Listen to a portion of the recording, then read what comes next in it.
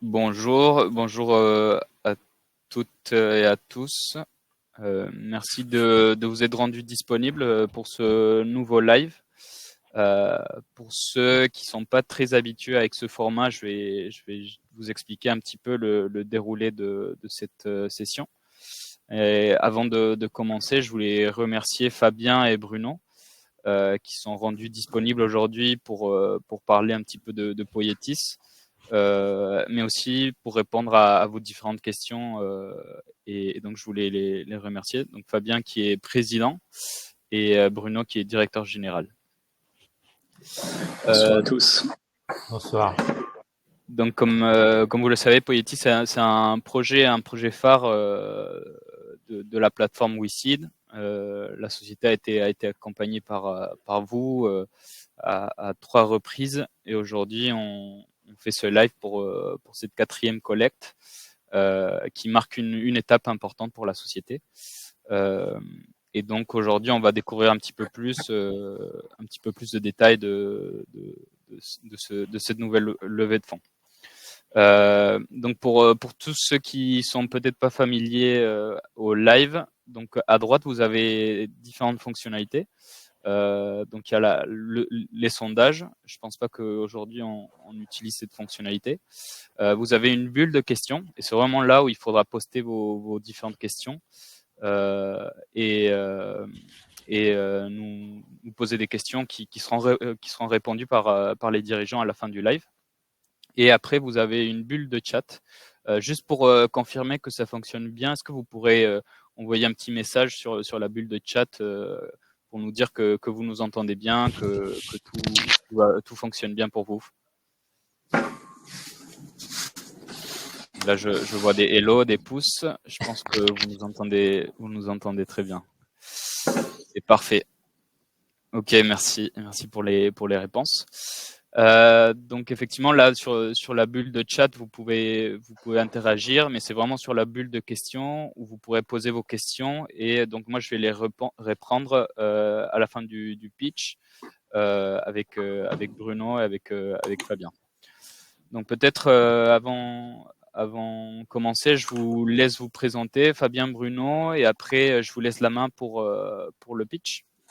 Ça va.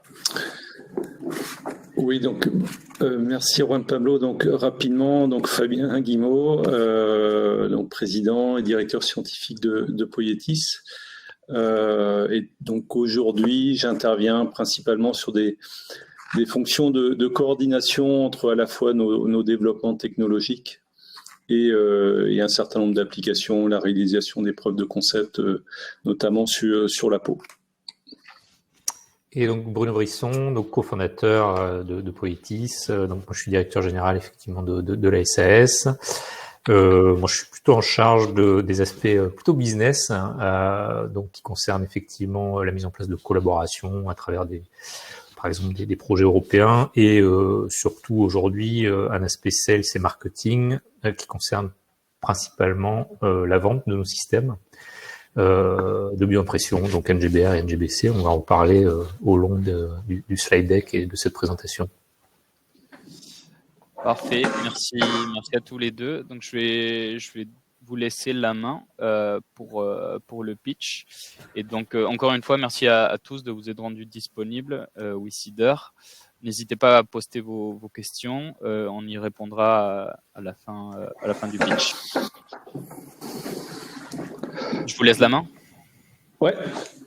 Donc l'idée était pour nous de vous présenter, de vous faire un peu un point de situation de Poietis et comment Poietis s'est développé au cours des dernières années et un peu où on va et comment on s'inscrit par rapport dans notre domaine de la bioimpression qui au final a pas mal évolué depuis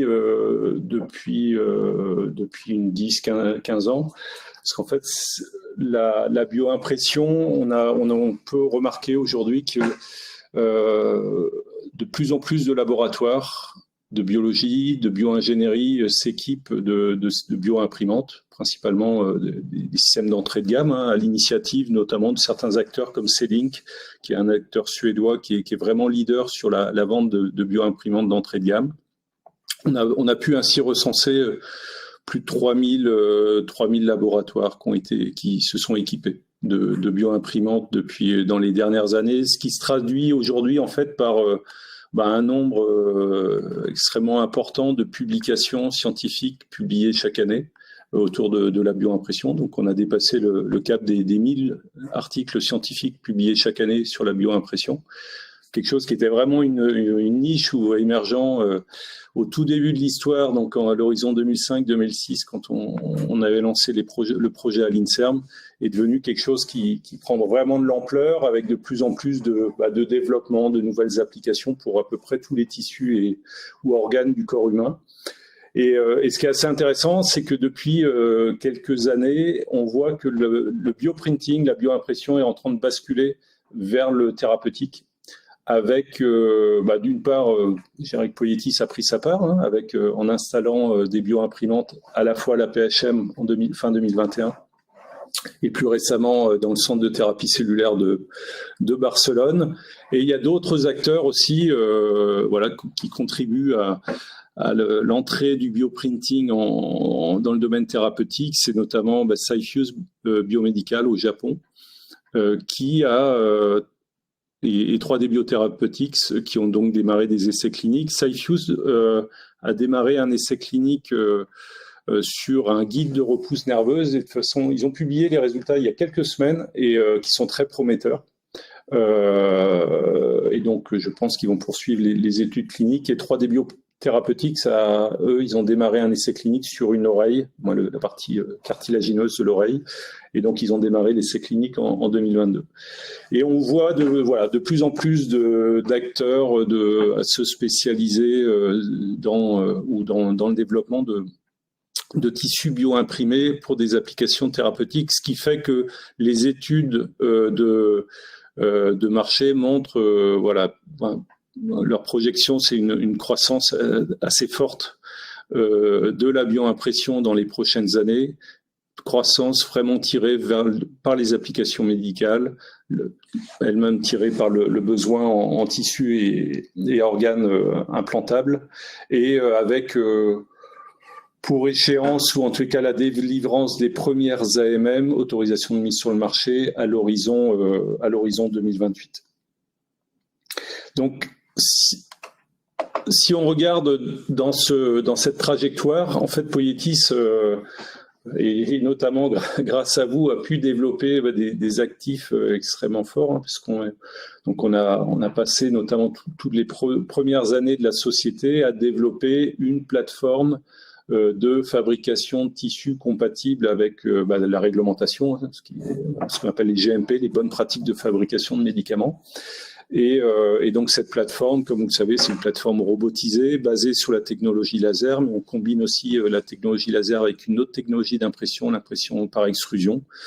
Et donc c'est une plateforme qu'on a pu qualifier, notamment à Marseille, comme compatible avec les BPF, et elle répond vraiment aux enjeux de la fabrication de tissus, qui sont de pouvoir fabriquer de façon reproductible, donc c'est-à-dire assurer une production standardisée. Et là, on tire profit de la robotisation, de l'automatisation.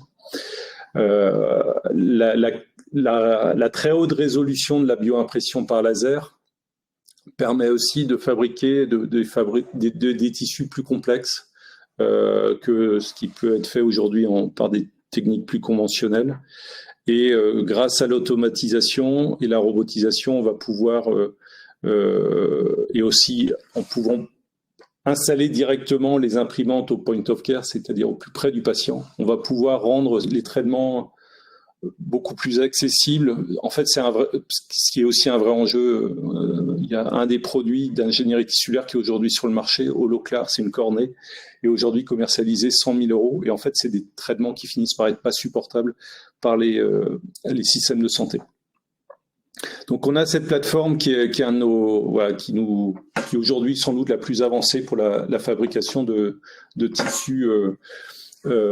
tissus implantables. Et donc, comme vous le savez, en fait, depuis quasiment la création de Poietis, on a cherché à réaliser des preuves de concept en fabriquant des tissus, d'une part avec, vous vous rappelez, avec un certain nombre de partenaires industriels comme L'Oréal, etc.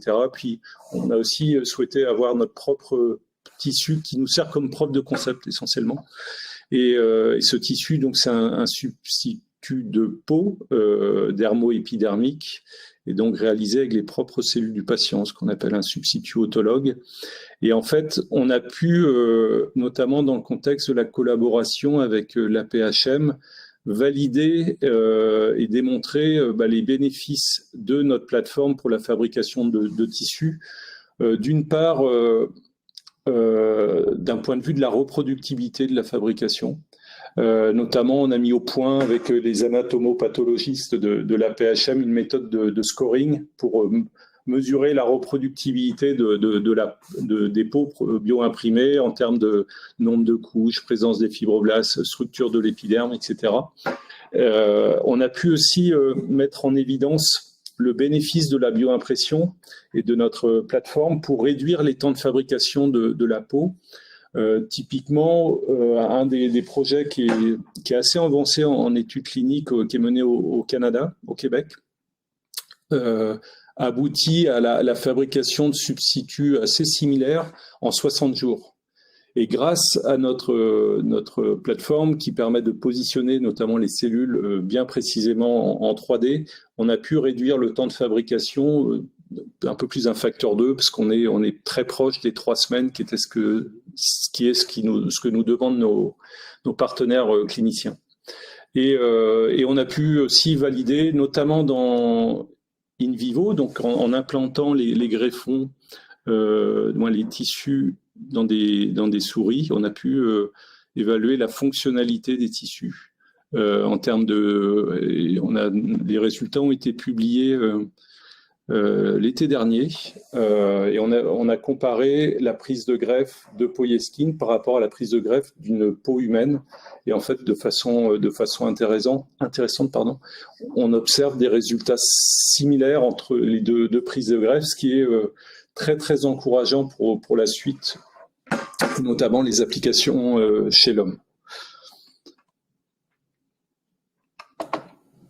Donc en parallèle de cette preuve de concept sur la peau, on continue de collaborer avec des key opinion leaders, vraiment vraiment des pionniers, notamment avec Louvain, avec le professeur Luyten, qui était le fondateur de TiGenix, qui est la première société à avoir mis un produit d'ingénierie tissulaire sur le marché en Europe.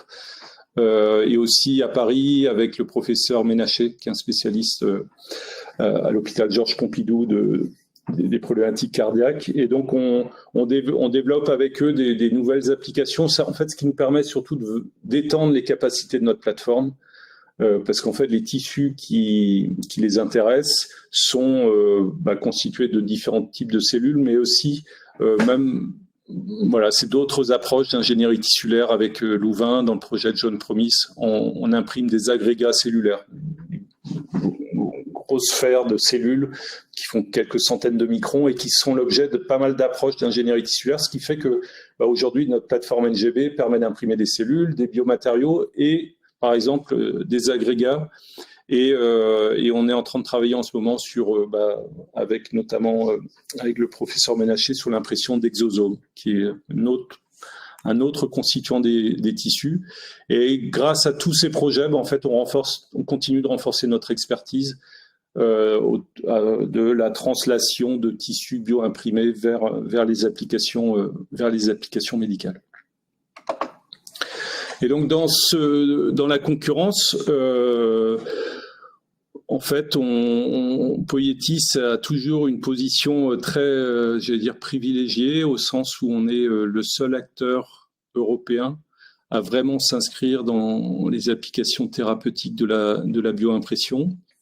On est un des 2 acteurs avec Precise Bio en Israël à exploiter la technologie laser pour la bioimpression de cellules. On est un des 4 acteurs à disposer d'une plateforme de bioimpression compatible avec les BPF, les bonnes pratiques de fabrication, sachant qu'on est les seuls à pouvoir à la commercialiser. Les autres sociétés utilisant leur plateforme pour des usages internes, pour développer des applications, sachant que notre plateforme présente, comme on le disait précédemment, des avantages uniques en termes de résolution, multimodalité et robotisation. Et donc, suite à cette première phase une première phase de développement de la plateforme, sa qualification, notamment dans le contexte du développement et l'évaluation préclinique de Poieskin. Donc, on a initié, suite à l'installation du premier démonstrateur fin 2021 à la PHM, on a donc lancé l'horizon 2022, la commercialisation des bioimprimantes dans les centres de recherche et les hôpitaux. L'objectif étant d'assurer une croissance rentable de la société et d'étendre l'usage de la plateforme progressivement en confiant, entre guillemets, le développement des applications à des tiers, aux laboratoires et aux centres hospitaliers qui vont s'équiper, qui ont, eux, généralement une très grande expertise de la biologie des différents tissus et organes. Donc, suite à l'installation du premier démonstrateur, donc fin 2021, à la PHM, donc on a lancé réellement la commercialisation en 2022, ce qui a abouti donc après avoir traversé les phases de pénurie des composants suite au démarrage des événements en Ukraine. Donc 2022 a été un peu compliqué sur les appros. On a donc démarré les installations au premier semestre 2023 et donc en Europe. Au deuxième semestre, on a pu installer, ce qui était aussi une étape très importante, la première NGBC commerciale, donc au centre de thérapie cellulaire de Barcelone, le centre Créatio, qui a acheté donc la NGBC. Le marché était légèrement inférieur à 1 million d'euros. Et donc très récemment, on a installé les 2 premières NGBR aux États-Unis, en Caroline du Nord et en Oregon. Et très récemment, donc on a reçu un 3e bon de commande d'un centre situé dans le Connecticut. Et on a bon espoir de pouvoir vous annoncer dans les tout prochains jours la réception d'une nouvelle commande de l'Italie. Et donc, en termes de compte de résultats, donc, cette activité est très intéressante et donc on devrait pouvoir dépasser les 3 millions d'euros sur 2024, sachant que déjà sur le premier semestre, avec les installations qui ont été réalisées, celles qui sont planifiées, on devrait atteindre un chiffre d'affaires de l'ordre de 1,8 million d'euros. Donc, l'objectif pour nous est, dans le cadre de cette stratégie, donc on a vraiment fait le choix d'adopter le modèle économique d'équipementier, donc qui vise à fournir des solutions, des imprimantes principalement, aux différents acteurs impliqués dans l'ingénierie tissulaire, soit des acteurs positionnés au stade de la recherche préclinique, donc c'est principalement des laboratoires, soit des acteurs qui sont plus en aval de ces phases de développement, qui sont impliqués dans la recherche clinique, ou après le post-AMM, une fois les autorisations de mise sur le marché obtenues, donc pour vraiment la production des tissus. Et donc eux, c'est des centres de thérapie cellulaire, des hôpitaux, des biotech et des CDMO, qui sont des organisations qui produisent pour compte de tiers. Donc en fait, notre objectif, ou le rationnel de cette stratégie, c'est vraiment d'accompagner la stratégie de croissance de la bioimpression, qui est en train de gagner le domaine thérapeutique. Et on pense qu'il y a vraiment une belle place à prendre en équipant les centres de thérapie cellulaire notamment, de façon à devenir la référence, le standard de fabrication des produits d'ingénierie tissulaire, puisqu'en fait, il faut garder à l'esprit que 80% des essais cliniques sont faits dans les centres de thérapie cellulaire. Donc, on se dit qu'en les équipant, on fera en sorte que les protocoles et les procédés de bioimpression seront réalisés sur notre plateforme et on pourra en tirer des revenus et des bénéfices liés à la vente, mais aussi à des revenus issus de l'usage et de la vente de consommables. Et donc, par rapport à ça, en projetant une croissance du domaine de la bioimpression similaire à celle qu'on a pu observer pour d'autres technologies médicales, de thérapie cellulaire notamment, depuis une quinzaine d'années, comme la technologie CAR-T que certains d'entre vous connaissent peut-être. En fait, c'est des thérapies cellulaires qui sont utilisées notamment pour le traitement du cancer. Ce qui est assez intéressant, en fait, le premier essai clinique avec les CAR-T, c'est à l'horizon 2009-2010, premier AMM 2018, et aujourd'hui, il y a 600 essais cliniques dans le monde autour des CAR-T-cells. Et donc, sur la base de ce ramp-up, d'une trajectoire qu'on espère similaire, on anticipe qu'à l'horizon 2030, il y aura au moins une centaine d'essais cliniques de tissus bio-imprimés. Et donc, cette centaine d'essais cliniques vont être principalement réalisés dans des centres de thérapie cellulaire, des hôpitaux. Donc, il y a un vrai enjeu à pouvoir les équiper. Et donc, dans nos hypothèses, on prévoit une mise à disposition, soit sous la forme de vente, soit sous la forme de leasing, de façon similaire au robot Da Vinci. Et donc, nos projections basées sur cette trajectoire de la croissance de bioimpression, aussi par rapport au pipe et au nombre de sites disponibles à la fois sur les 3 grandes zones, Europe, États-Unis et Asie. On projette de pouvoir équiper, d'avoir installé plus de 200 bioimprimantes NGB à l'horizon 2030, ce qui nous permettra de générer un chiffre d'affaires de plus de 30 millions d'euros. Donc, dans cette perspective, en fait, et pour assurer le développement, notre objectif, donc, c'est de pouvoir réaliser notamment une IPO, une introduction en bourse. J'imagine qu'on aura quelques questions à la suite de cette présentation. Pourquoi l'IPO et pas d'autres modes de financement, notamment via des levées de fonds avec des fonds d'investissement. On pense qu'il y a un vrai bénéfice à tirer d'être coté en termes de visibilité, de crédibilité pour nos clients et auprès des biotech et des pharma avec qui on pourrait avoir des partenariats. Et c'est aussi un bon moyen d'attirer des nouveaux talents dans la société et aussi d'avoir accès à des moyens pour financer de la croissance externe. Et donc, éventuellement acquérir des sociétés qui développent des briques connexes à la bioimpression qui pourraient être intéressantes.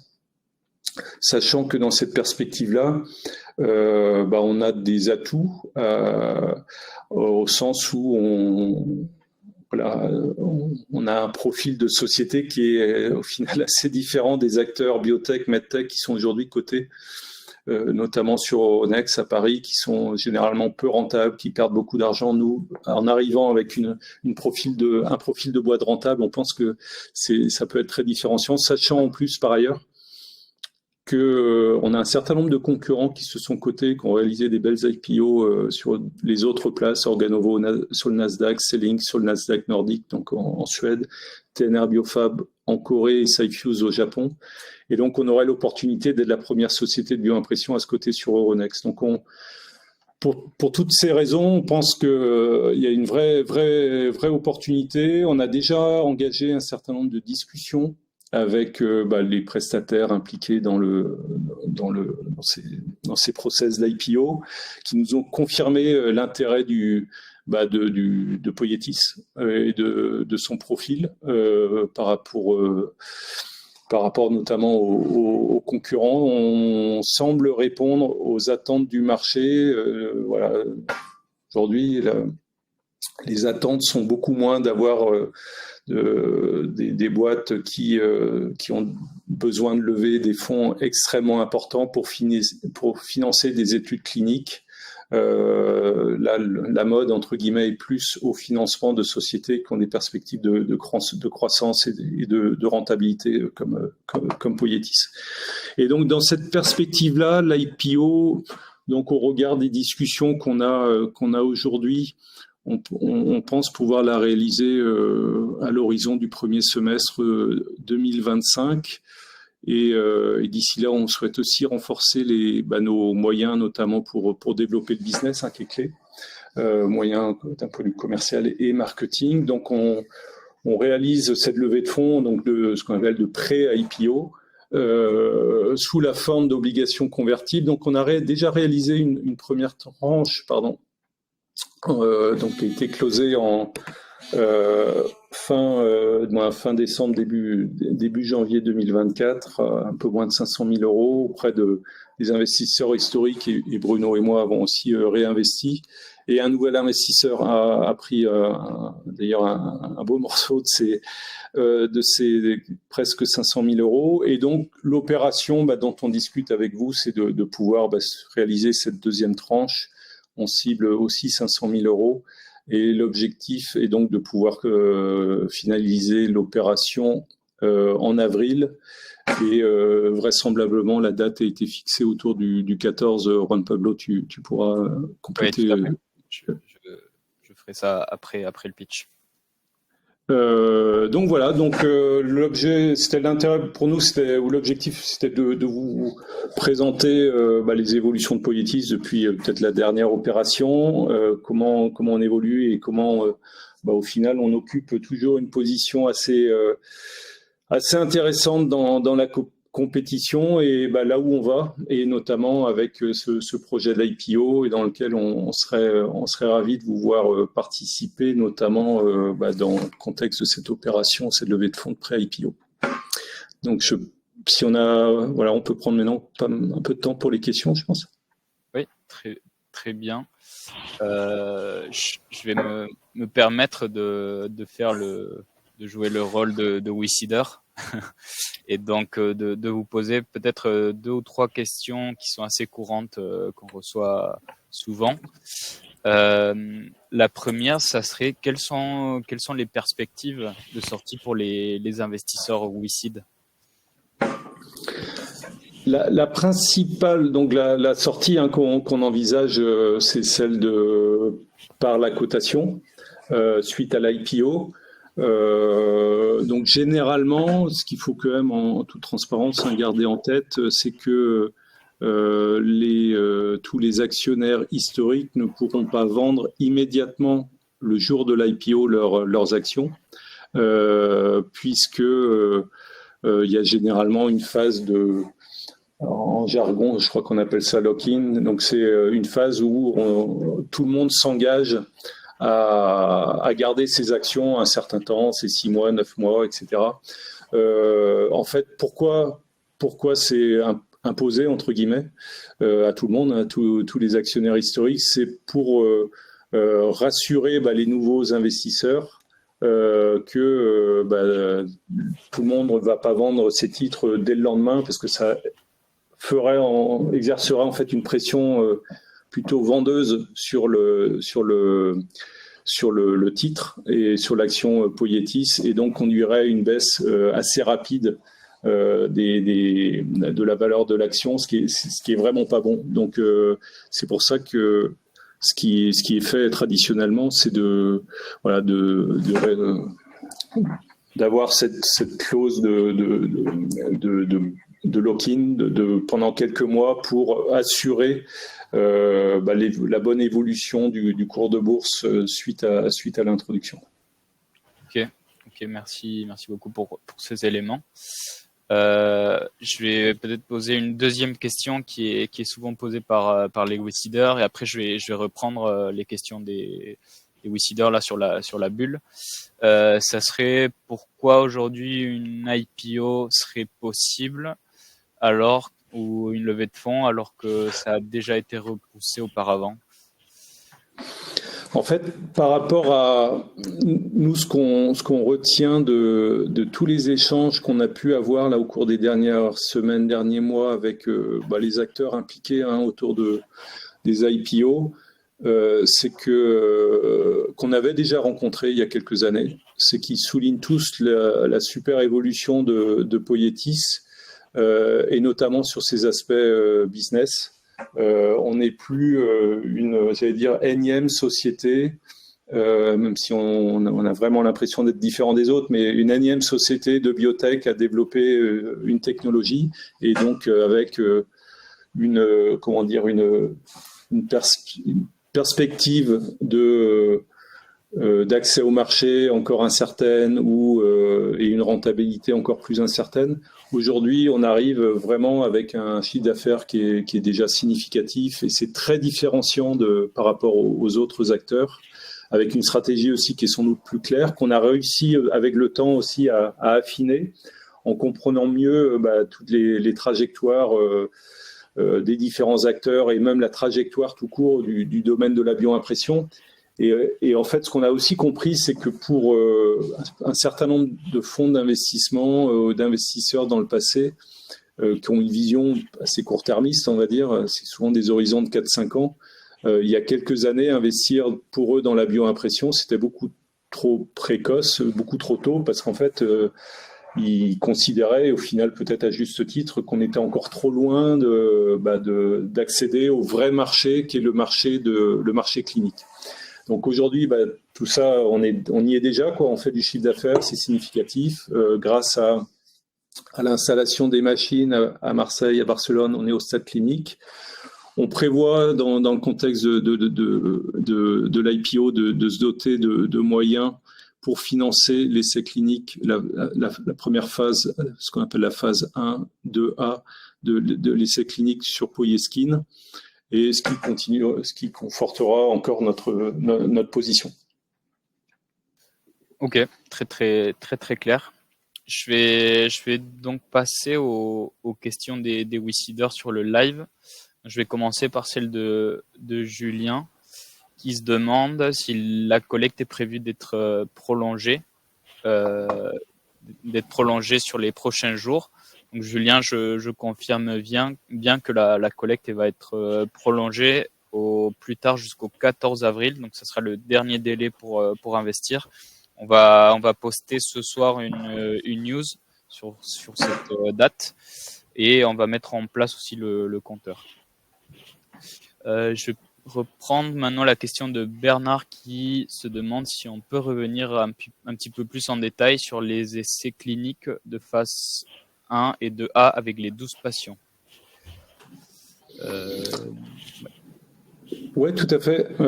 Donc en fait, cet essai clinique, donc on le prévoit de le mener avec nos partenaires de la PHM. Donc il y a plusieurs choses. Il y a où on en est par rapport au démarrage de cet essai clinique. Donc on a réalisé toute la préclinique. Il reste à faire la validation des lots produits en conditions BPF. Donc c'est des tissus qui seront fabriqués intégralement par Marseille. Donc là, on est en train de travailler sur cet aspect avec eux. Et après, il y a toute la phase de plus, j'allais dire documentaire, ou en tout cas pas documentaire, mais les autorisations à obtenir, autorisation d'essais cliniques, et il y a l'autorisation aussi du comité de protection des personnes pour tous les aspects éthiques pour pouvoir démarrer les essais cliniques. On a déjà eu un premier entretien avec la NSM, l'Agence de sécurité du médicament, à qui on a posé un certain nombre de questions pour sécuriser cette roadmap. Donc c'est vrai que l'an dernier, le focus a été plus sur la machine, donc on met peut-être pas suffisamment de moyens pour aller aussi vite qu'on voudrait ou qu'on pourrait sur Poieskin. Après, concernant l'essai clinique à proprement parler, donc ça sera un essai clinique de phase 1, 2A, ça veut dire que 1, c'est principalement pour étudier la sécurité du tissu, et 2A, ça va parce qu'on va quand même recueillir des premières données d'efficacité en termes de prise de greffe, fermeture de la plaie, etc. Et donc, on prévoit effectivement d'inclure, on a déjà commencé à travailler sur le protocole d'essai clinique avec les chirurgiens plastiques de la PHM, et donc on prévoit effectivement d'inclure une douzaine de patients présentant différentes différentes indications, on va dire, des brûlés, mais aussi des plaies chroniques pour avoir et des patients aussi ayant des âges différents pour recueillir un maximum d'informations sur la sécurité. Les analyses de risque qu'on a pu réaliser en termes de sécurité montrent qu'il y a, comme on utilise les propres cellules du patient, un matériau, le collagène, qui a été utilisé depuis plusieurs dizaines d'années dans le domaine thérapeutique. Le risque est plus faible, on va dire, que sur certaines autres thérapies qui peuvent être développées par ailleurs. Parfait. Merci pour cet élément de réponse. Je reprends les questions donc de Dominique. Est-ce qu'on pourrait avoir le business plan détaillé? Donc normalement vous avez accès sur le DIS, document d'information synthétique, où vous avez effectivement le détail du BP. Je reprends, peut-être, il y a pas mal de questions sur l'IPO, donc je vais reprendre plutôt ces questions-là. Donc pourquoi une cotation sur Euronext plutôt que le Nasdaq? Bon, je vous laisse répondre, Bruno, Fabien. On pense réellement plus raisonnable. On a une certaine ambition et on cache pas notre ambition. On essaie malgré tout d'être réaliste pour une jeune PME ou une petite PME girondine. Le Nasdaq, c'est peut-être un peu trop tôt, trop important. Donc, ce qu'on observe même sur des boîtes françaises dans le domaine, MedTech, Biotech, ont été cotées au Nasdaq, il n'y a pas eu que des succès. Donc, même si effectivement le Nasdaq ouvrirait des perspectives, il y a plus d'investisseurs, notamment dans le domaine de la santé aux États-Unis qu'en France et en Europe ou en France. On pense plus raisonnable et sans doute plus crédible de pouvoir faire ça sur Euronext que sur le Nasdaq. Ok, très très clair. Et donc, je vais poser une autre question. Donc, on a des questions sur la valo. Quelle serait la valo cible pour l'IPO? Bon, j'imagine que c'est pas encore, il n'y a pas eu encore les diligences avec les conseils, mais est-ce que vous avez une idée à peu près de la valo cible pour l'IPO? En fait, il y a eu des premières estimations, mais qu'il faut sans doute... faut être, à mon avis, très prudent dessus. Ouais. On est sur des valorisations, parce que les fourchettes sont assez larges. On est entre 50 et 120 millions d'euros de valorisation. Ça dépend, faut garder en tête que ça dépend des conditions de marché, ça dépend aussi à quel point on va être performant en 2024. Il y a il y a des éléments internes et externes à prendre en compte, mais c'est les montants dont on a pu entendre, dont on nous a fait part là, dans les échanges qu'on a pu avoir dernièrement. Ok, très très clair. Donc Gérald qui demande quelle est la valorisation pour cette nouvelle levée. Donc juste pour préciser, là on est dans une levée en obligation convertible, donc il n'y a pas de sujet de valo. Donc juste pour info. Yves qui nous demande est-ce que les perspectives de chiffre d'affaires de 30 millions pour une levée de 15 millions en IPO seront suffisantes pour attirer les investisseurs? C'est une vraie question. Nous, en fait, 30 millions nous semble, on essaie de pas vendre la lune non plus, même si on sait que certains ont un peu tendance au moment des IPO à gonfler un peu les BP. Effectivement, dans une perspective d'attirer plus d'investisseurs. On n'est pas, aujourd'hui, en tout cas, c'est les chiffres qu'on présente. Par contre, ce qu'on observe dans le BP, parce que là, on a donné la date, le jalon de 2030, qui est un horizon de 5 ans. En fait, par contre, ce qu'on observe c'est que entre 2030, moi ce qu'on observe dans le BP ou ce qu'on projette, c'est qu'entre 2030, moins après 2030 et l'obtention des premiers AMM, en fait, le chiffre d'affaires décolle de façon très importante du fait des revenus de pay-per-use, royalties, pour atteindre, dans nos modèles, on est à hauteur de 150 millions à l'horizon 2035. Et ça, c'est parce qu'on a franchi le stade des essais cliniques pour entrer dans le stade post-AMM, où là, il y a une nouvelle inflexion liée aux autorisations de mise sur le marché des produits réalisés avec nos imprimantes. C'est parfait, merci. Donc pour continuer sur la question de Yves, sur la dilution, donc le pourcentage qui est laissé lors de cet IPO, peut-être pour vous donner un ordre d'idée, c'est un petit peu compliqué de vous dire quel sera le pourcentage de dilution. Tout dépend du montant levé lors de l'IPO et aussi de la valorisation. Et vu que on va dire, c'est deux variables qu'aujourd'hui on a un petit peu du mal à estimer exactement, c'est un peu difficile de vous dire. Mais pour vous donner une tranche, une ordre d'idée, généralement dans les IPO, on est effectivement sur 10-15%. Rarement sur 20% de dilution, ça peut arriver. Mais voilà, tout dépend un petit peu de la valo et du montant levé lors de l'IPO. J'ai encore une autre question. Est-ce que vous avez un petit peu des comparables, des multiples de valorisation de vos principaux concurrents qui sont cotés, et un petit peu les perspectives pour la potentielle valo de Poietis lors de l'IPO?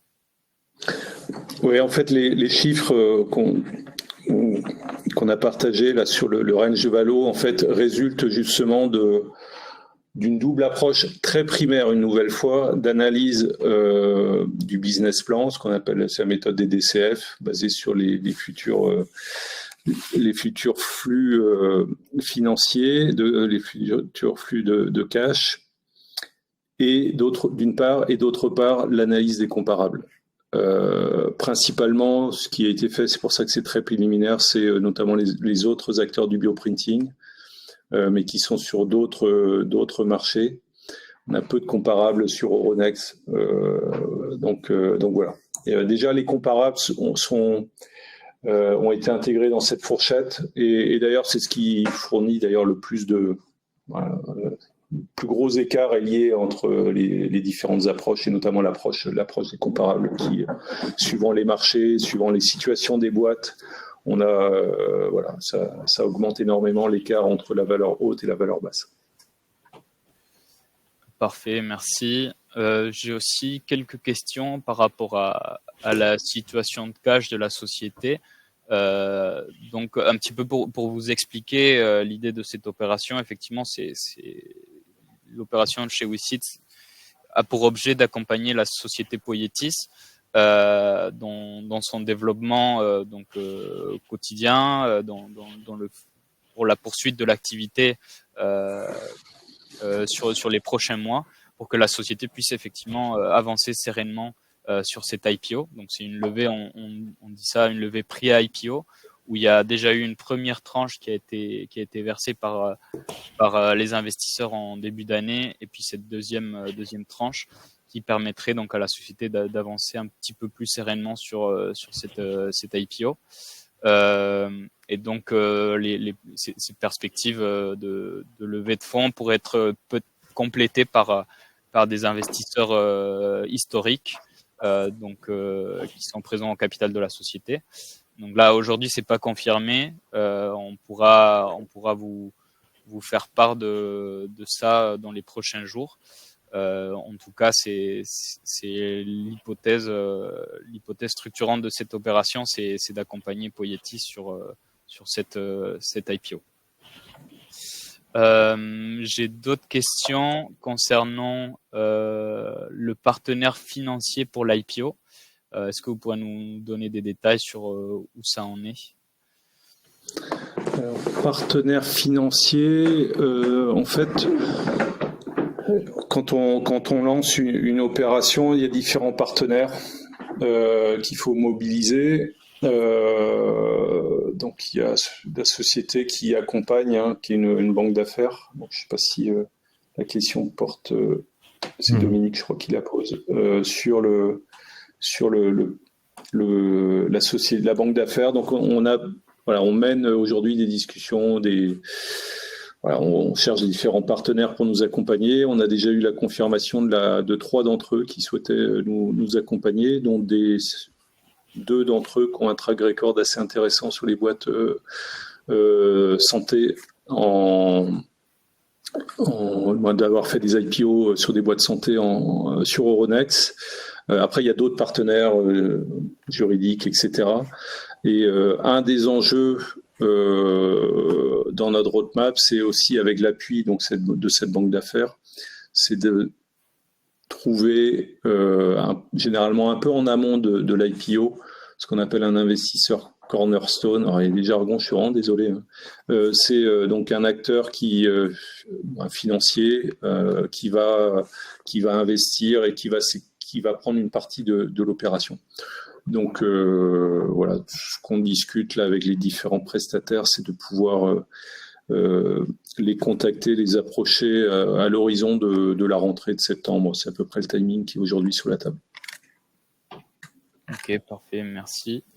Je vais reprendre un petit peu aussi les questions un petit peu plus en bas. Donc j'avais des questions sur est-ce que l'acquisition ultérieure de ces titres en direct sur Euronext sera éligible à la réduction IR? C'est une bonne question. Faudrait que je me renseigne en interne avec nos spécialistes. Julien, donc je pourrais pas vous donner une réponse directement pendant ce live. Michael, je suis désolé si je le prononce mal. Michael qui demande si dans le prévisionnel vous avez pris en compte des revenus liés à une activité de service. Est-ce que Poietis n'envisage pas d'activité de maintenance à laquelle il y a souvent des marges plus importantes? Si, tout à fait, c'est intégré. Que ce soit sur NGBR et aussi sur NGBC et dépendamment de la qualité du produit, mais effectivement, si le produit est plutôt bon, je suis d'accord avec Michael, c'est souvent une source de revenus extrêmement importante. Bruno on a eu l'expérience dans ses vies antérieures. C'est quelque chose qui est loin d'être négligeable dans les flux de cash des boîtes, dans les équipementiers. Ok, très bien, très clair, merci. Je vais refaire un petit tour. Donc j'ai encore des questions sur le cash, le burning rate. Donc vous avez les informations sur le reporting, mais peut-être est-ce que vous pourrez nous en dire un petit peu plus sur le dernier cash burn des derniers mois de la société Poietis, sachant qu'il y a aussi du chiffre d'affaires qui rentre avec les dernières machines qui ont été vendues. Est-ce que vous avez un ordre d'idée Ouais, en fait, il y a les charges fixes et après le variable qui dépend notamment de l'activité de production avec l'achat des matériaux. On est en charge fixe légèrement inférieure à 200 000 euros. Et donc ça intègre la masse salariale, les locaux et toutes les différentes dépenses afférentes. Ce qu'on a pu réduire, c'est aussi les efforts qu'on a pu faire parce qu'on a réduit un peu le staff, l'envergure de l'équipe depuis quelques années, depuis 2 ans. Aussi en contrepartie de quelque chose qu'on a perdu, c'est le bénéfice du statut jeune entreprise innovante, qui nous donnait un allègement de cotisation de l'ordre de 25 à 30%. Donc c'est quelque chose qu'on a en plus. Donc pour compenser ça, on a aussi réduit l'équipe. Donc c'est à peu près ça le burn rate. Et après, dépendamment des appros, forcément ça augmente. Aujourd'hui, donc ça augmente avec notamment quand on doit. Il y a eu quelques mois, les mois de fin d'année dernière, où on a eu beaucoup de commandes sur certains mois. Ok, parfait, merci beaucoup. J'avais aussi une question par rapport au... je remonte un petit peu. Entre les différences des imprimantes. Donc, clarifier un petit peu la différence entre une et l'autre. Et peut-être aussi les prix, les marges, peut-être, ça peut être intéressant aussi pour les investisseurs de se rendre un peu une idée de la différence entre une et l'autre. Donc effectivement, on a deux imprimantes, NGBR, NGBC. Les deux sont vraiment basées sur la même plateforme, ce qu'on appelle c'est-à-dire des systèmes composés à la fois d'un robot, d'une tête de bioimpression par laser, de l'extrusion, éventuellement un microscope.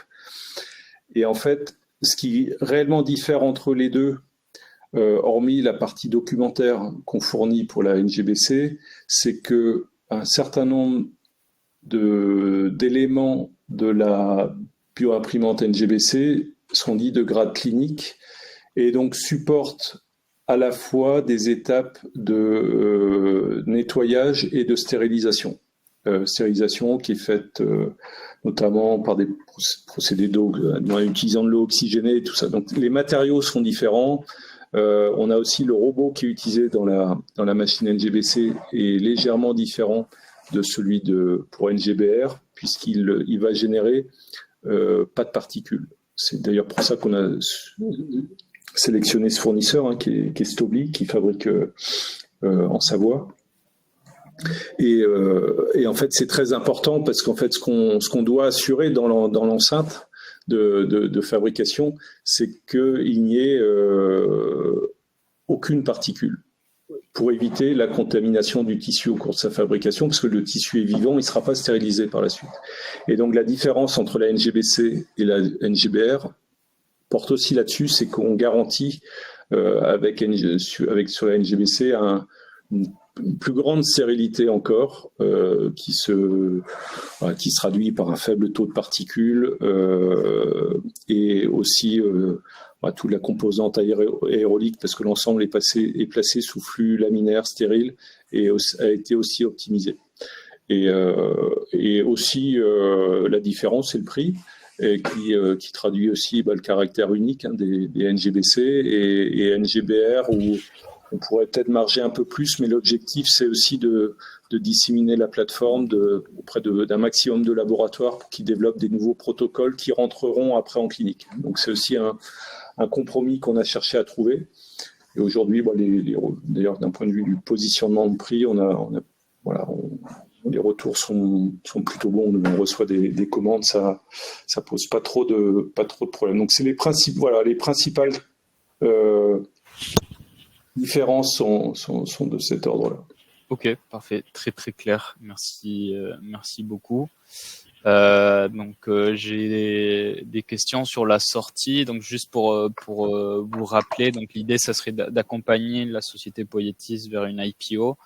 Lors des IPO, donc comme Fabien l'a expliqué en début de cet échange avec vous, il y a souvent des clauses de lock-up qui empêchent donc les investisseurs de céder de suite les actions. Tout ça pour éviter un effondrement du cours de l'action sur les premiers jours. Peut-être pour simplifier, schématiser un petit peu, si tout le monde cède en même temps, donc WeSeed et les investisseurs historiques au moment de l'IPO, il y aura beaucoup d'offres, beaucoup d'actions sur le marché et peut-être pas autant de demandes en face, ce qui a comme conséquence un effondrement mécaniquement du prix par action. Et donc, pour éviter ce risque, généralement, lors des IPO, il y a des clauses de lock-up qui sont négociées. Généralement, se situe entre 6 et 12 mois. Donc, dans le cas d'une IPO, il faudra peut-être attendre entre 6 et 12 mois pour pouvoir céder les actions des WeCap. J'ai aussi une question. Alors, Bernard qui nous dit que sur le chat, hop, je reviens sur le chat. Oui, c'est une question sur la trésorerie, sur les les éléments rassurants sur la trésorerie. Donc encore une fois, sur la trésorerie, la société Poietis a fait une première tranche d'obligations en début d'année, en plus des obligations WICID qui vont arriver. Donc sur une vision cash, donc comme vous pouvez le voir sur la fiche DIS, donc le document d'information synthétique, vous avez un petit peu plus des éléments sur le cash, mais nous, quand on a étudié le dossier, chez WICID, on étudie toujours les dossiers pour qu'il y ait suffisamment de cash sur la société. Entre 6 et 12 mois, on essaye d'être rassuré. Donc sur ces éléments-là, vous pouvez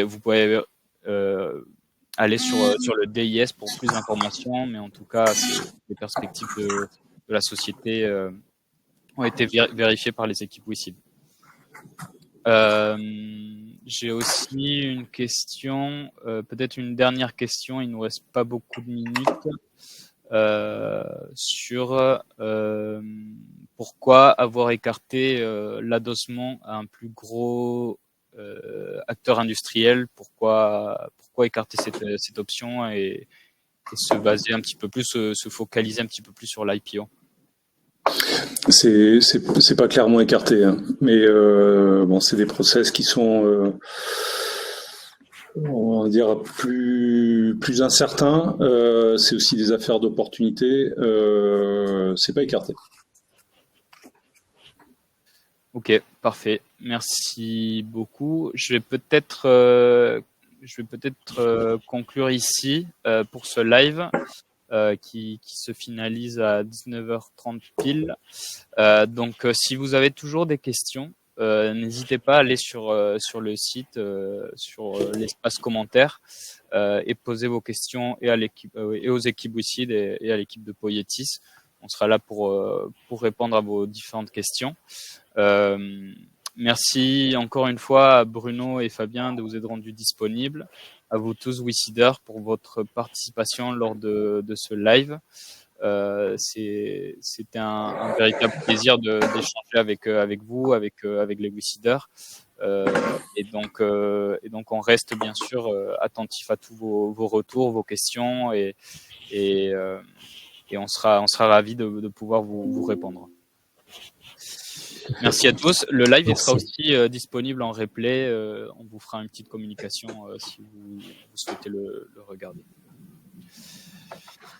Merci, bonsoir à tous. Merci beaucoup. Bonne soirée à tout le monde. Au revoir, à bientôt. Merci.